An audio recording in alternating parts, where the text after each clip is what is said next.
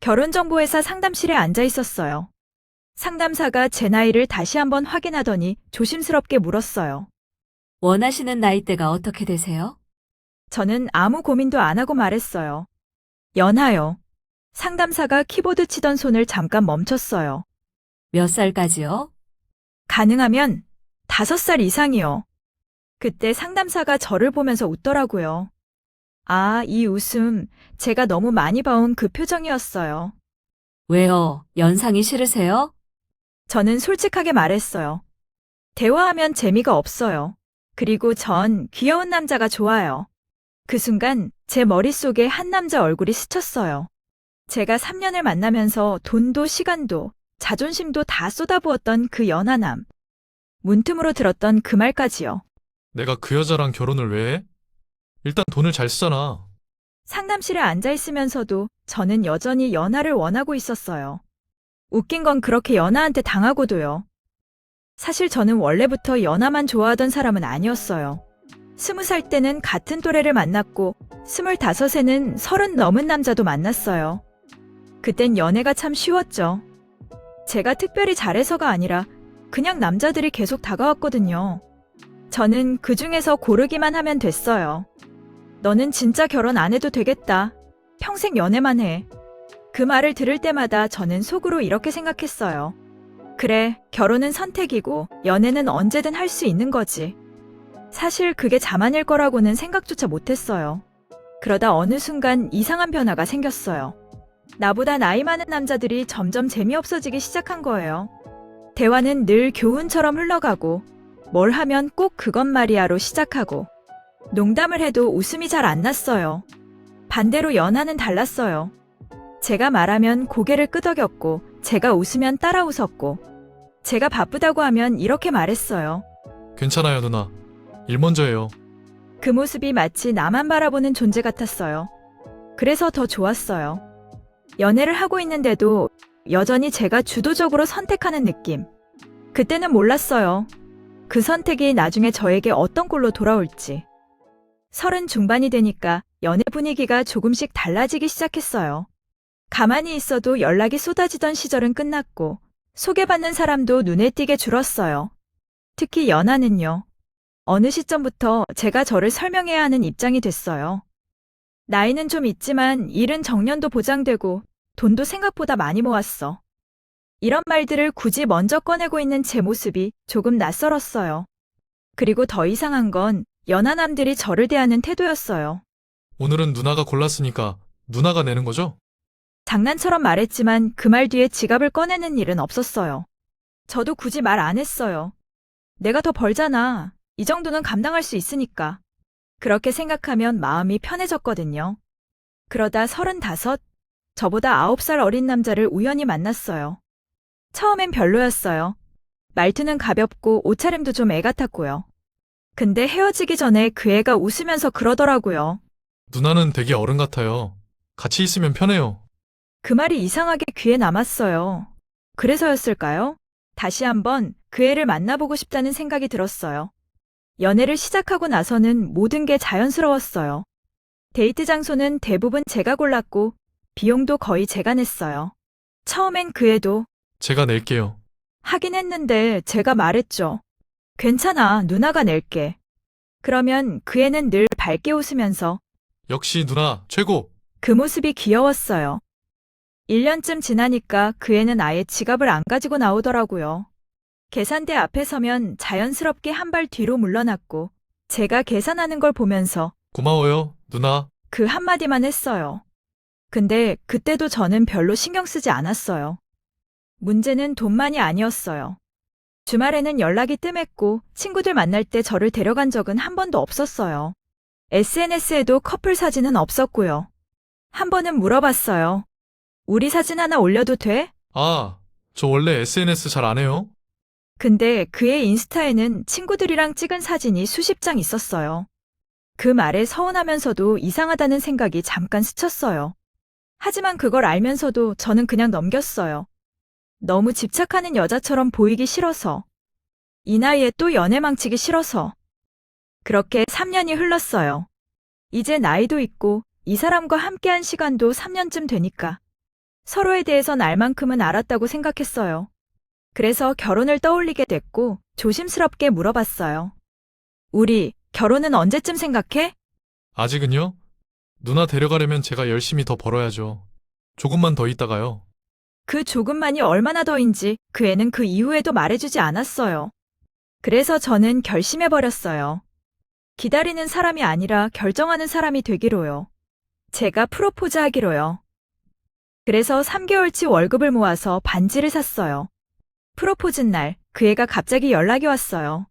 누나, 미안한데 오늘 좀 급한 일이 생겨서 못 볼 것 같아요. 친구가 갑자기 불러서요. 그 말에 이런 생각이 먼저 들었어요. 아니야, 오늘 해야 돼. 미루면 또 조금만 더가 될 것 같았거든요. 가방에 반지 상자를 넣고 그의 집으로 갔어요. 서프라이즈로 나타나서 모든 걸 끝내버리려고요.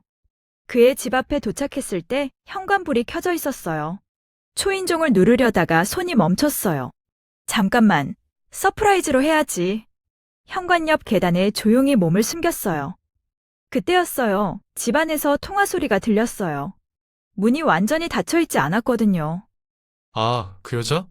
응, 나이 많은 여자. 3년 넘게 만났지. 잠시 후 웃는 소리가 났어요. 야, 내가 그 여자랑 결혼을 왜 해? 갑자기 등에 식은땀이 났어요. 일단 돈을 잘 쓰잖아. 데이트 비용? 전부 걔가 내. 나는 내 용돈만 쓰면 돼. 그 애는 아주 편한 목소리였어요. 아, 걔 말고도 있지? 요즘은 어린애 한 명 만나보고 있어. 이번 주 괜찮아. 주말에 연락 잘 안 해도 돼. 이해심이 많거든.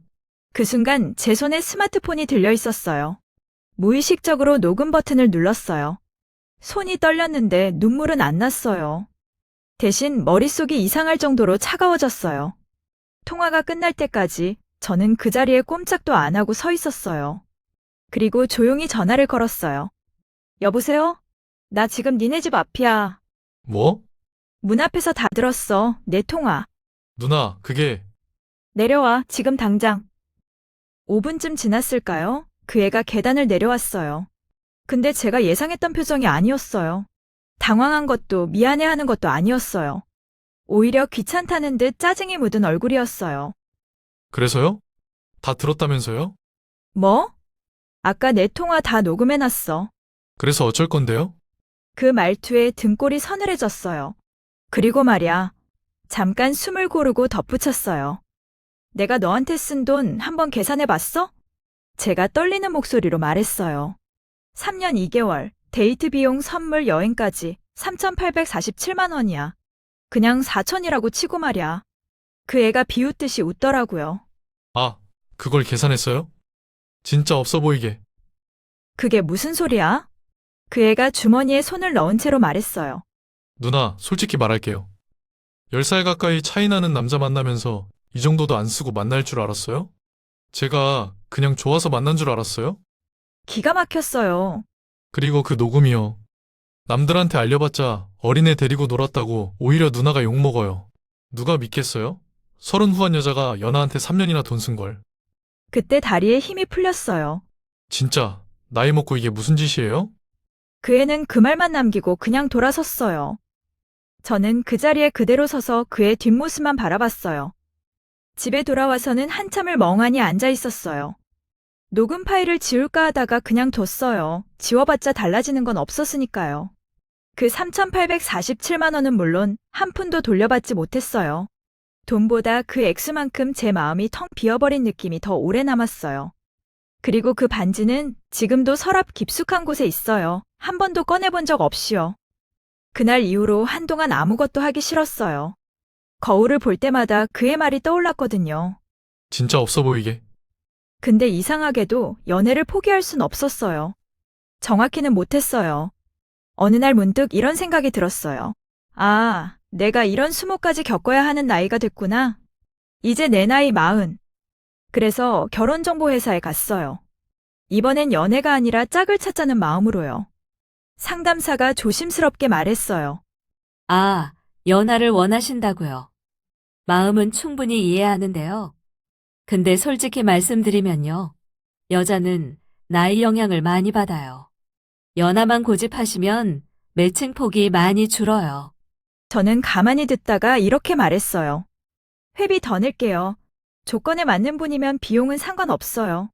상담사는 고개를 끄덕이면서도 한 가지를 덧붙였어요.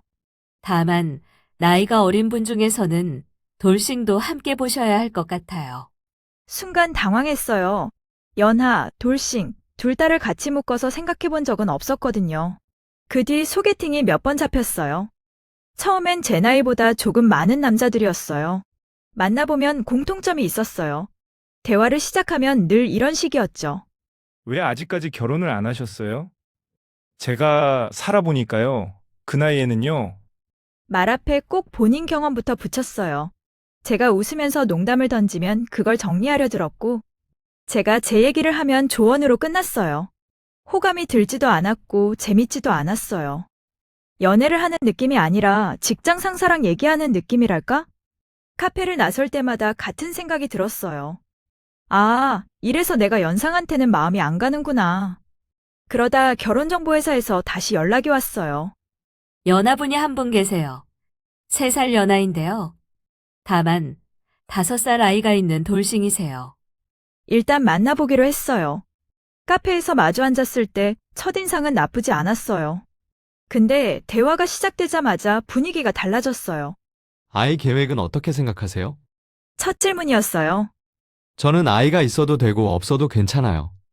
나이가 있으시니까 부담 안 느끼셔도 될 것 같아서요.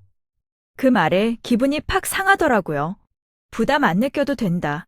그 말이 배려처럼 들리지 않았거든요. 그 뒤로도 질문은 계속 이어졌어요. 아이랑 같이 사는 생활은 괜찮으세요? 주말이나 휴일은 보통 어떻게 쓰고 싶으세요? 소개팅이 아니라 면접 같았어요. 아이 엄마를 찾는 사람처럼요. 카페를 나와서 혼자 걷는데 괜히 발걸음이 빨라졌어요. 그날 밤 결혼정보회사에 메시지를 보냈어요. 돌싱은 아무리 연하라도 저랑은 맞지 않는 것 같아요. 상담이 끝나고 나서야 알았어요. 이제는 설렘보다 맞는 사람을 찾아야 할 나이라는 걸요. 하지만 연하 조건을 바꾸지는 못했어요. 솔직히 말하면요. 저는 아직도 귀엽고 재밌고 제 말에 웃어주는 남자가 좋아요. 가르치려 들지 않고 저를 있는 그대로 봐주는 사람. 이상하게 제 마음은 늘 조금 어린 쪽으로 가 있더라고요. 사실 알아요. 제가 연하를 좋아하는 게 사람을 좋아해서가 아니라 그 관계 안에서의 제 모습이 좋았다는 걸요.